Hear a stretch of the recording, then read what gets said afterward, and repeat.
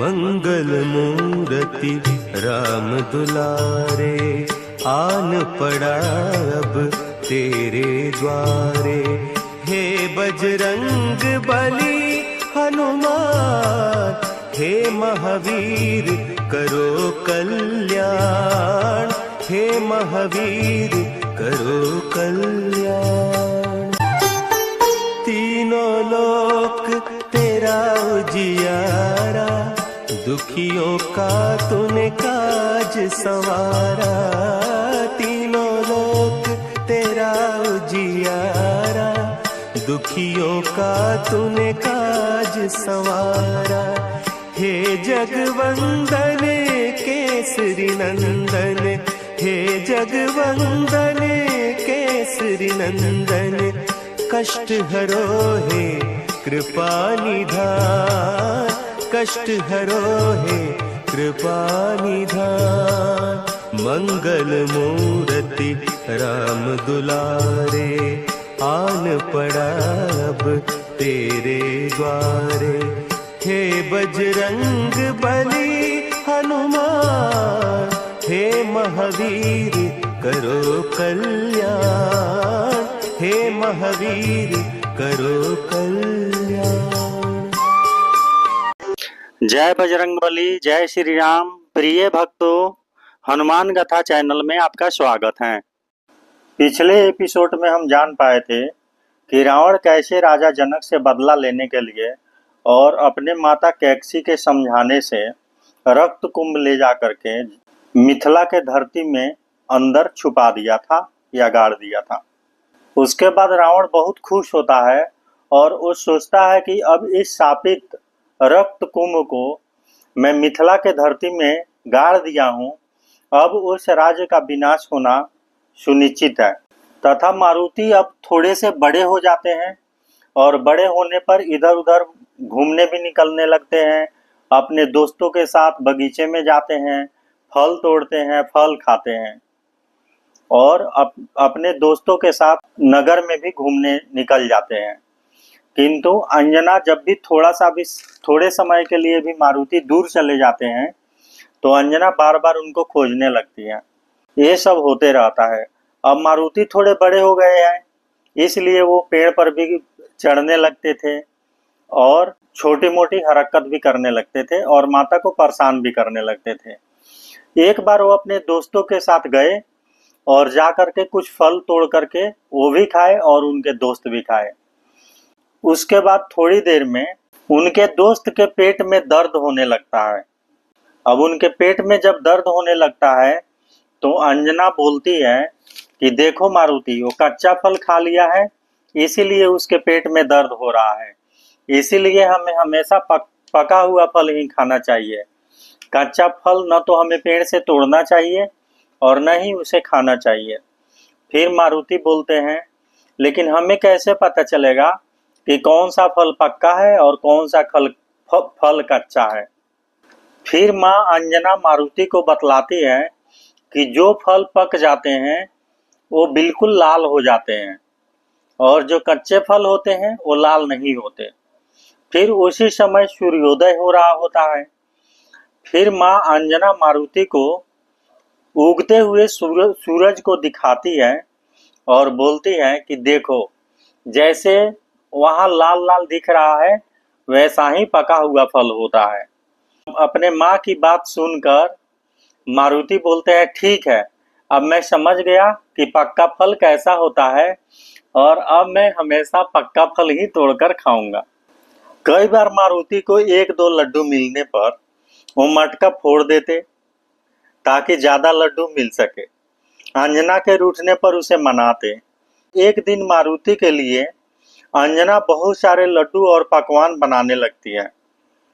इधर नारद जी, वरुण देव और अग्निदेव देखते हैं कि अंजना बहुत सारा पकवान बना रही है, तो नारद जी को भी अंजना द्वारा बनाए गए पकवान का लुत्फ उठाने का मन करता है और फिर ये तीनों अपना वेश बदलकर अंजन प्रदेश में आ जाते हैं और माँ अंजना से बोलते हैं कि हमें भूख लगी है, हमें कुछ खिला दो।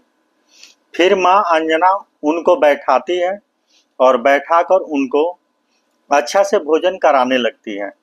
मारुति देखते ही पहचान लेते हैं कि अच्छा, नारद जी, वरुण देव और अग्नि देव मेरा लड्डू खाने आए हैं और ये लोग मेरे हिस्से का सारा लड्डू और पकवान खाएंगे।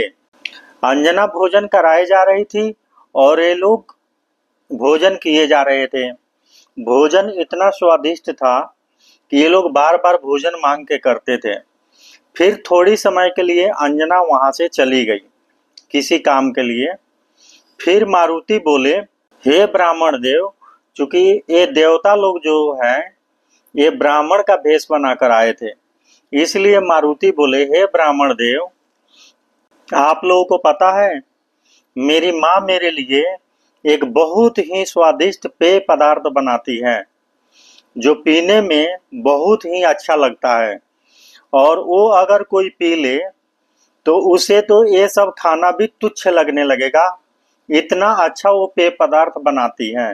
लेकिन माँ आप लोगों के लिए वो नहीं बना सकती। फिर ये तीनों देव पूछते हैं कि लेकिन वो मेरे लिए क्यों नहीं बना सकती? तो मारुति कहते हैं क्योंकि वो पेय पदार्थ माँ सिर्फ मेरे लिए बनाती है और माँ वो किसी को नहीं देती, सिर्फ मेरे लिए बनाती है और मुझे पिलाती है। फिर सभी लोग मारुति से बोलते हैं कि कोई उपाय तो करिए जिससे कि हमें भी वो पेय पदार्थ मिल जाए। मारुति बोलते हैं, ऐसा तो कोई उपाय नहीं है क्योंकि माँ सिर्फ मेरे लिए बनाती है। फिर मारुति थोड़ा रुक कर बोलते हैं, एक उपाय है। फिर सभी देव बोलते हैं, क्या? तो बोलते हैं, देखिए ब्राह्मण देव, माँ तो आपके लिए वो पेय पदार्थ बनाएगी नहीं। अगर आप लोग कहिए तो मुझे बनाना आता है, मैं बनाकर लेकर आता हूँ, किंतु जब भी मैं लेकर आऊं तो आप लोग जल्दी से उसे पी लीजिएगा और माँ को मत बतलाइएगा। ये देव लोग बहुत खुश होते हैं और बोलते हैं, ठीक है मारुति, मेरे लिए बनाकर लेकर आओ। फिर मारुति जाते हैं, केरेला, नीम का पत्ता, मिर्च और भी जो भी कड़वा चीज उनको मिलता है सबको इकट्ठा करके और उसका जूस लाने के बाद मारुति सभी ब्राह्मणों के हाथ में जूस का गिलास दे देते हैं और बोलते हैं, इसे एक बार में ही पी लेना और माँ को तो बिल्कुल मत बतलाना, क्योंकि माँ को अगर पता चल गया तो माँ मुझे बहुत डांटेगी। फिर सभी ब्राह्मण देव बोलते हैं, ठीक है, हम माँ को नहीं बतलाएंगे और हम इसे एक बार में ही पी जाएंगे, और वे जूस के तरफ देखने लगते हैं। तभी मारुति बोलते हैं, माँ आ रही है। ये सुनते ही सभी देव एक बार में ही सारा जूस पी जाते हैं। कड़वा जूस पीने के बाद सबको बहुत ज्यादा बेचैनी होने लगता है और सब लोग दौड़कर वहां से भाग जाते हैं। तभी वहां माँ अंजना पहुंचती है और मारुति से पूछती है कि ये ब्राह्मण देव लोग कहाँ गए? तो मारुति बोलते हैं, वे लोग बहुत ज्यादा खाना खा लिए थे, इसीलिए उन लोगों को यहाँ से जाने की इच्छा हुई, इसीलिए चले गए, और वे लोग जाते जाते मुझे हम लोगों को आशीर्वाद भी दे रहे थे। देखी नहीं थी माँ, वे लोग कितना सारा खाना खा लिए थे, उसमें एक को तो लोटा भी ले भागना पड़ सकता है।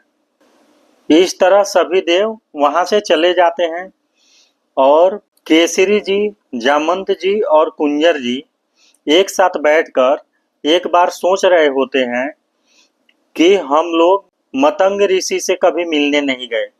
जब से मारुति का जन्म हुआ है तब से हम लोग मतंग ऋषि के पास नहीं गए, जबकि मारुति का जन्म मतंग ऋषि के आशीर्वाद से ही हुआ है। इसलिए हमें मतंग ऋषि के आश्रम में जाना चाहिए। इधर ये लोग मतंग ऋषि के आश्रम में जाने की तैयारी करते हैं। दूसरी तरफ धुंधवी और प्रहस्त को जब शुक द्वारा ये सूचना मिलती है कि अंजन प्रदेश में मतंग आश्रम जाने की तैयारी हो रही है, तो ये लोग मारुति को मारने की तैयारी करते हैं। अगले एपिसोड में हम जानेंगे कि धुंधवी और प्रहस्त का क्या हाल करते हैं मारुति। इस वीडियो को राम भक्त और हनुमान भक्तों तक पहुंचाने के लिए इस वीडियो को शेयर करें।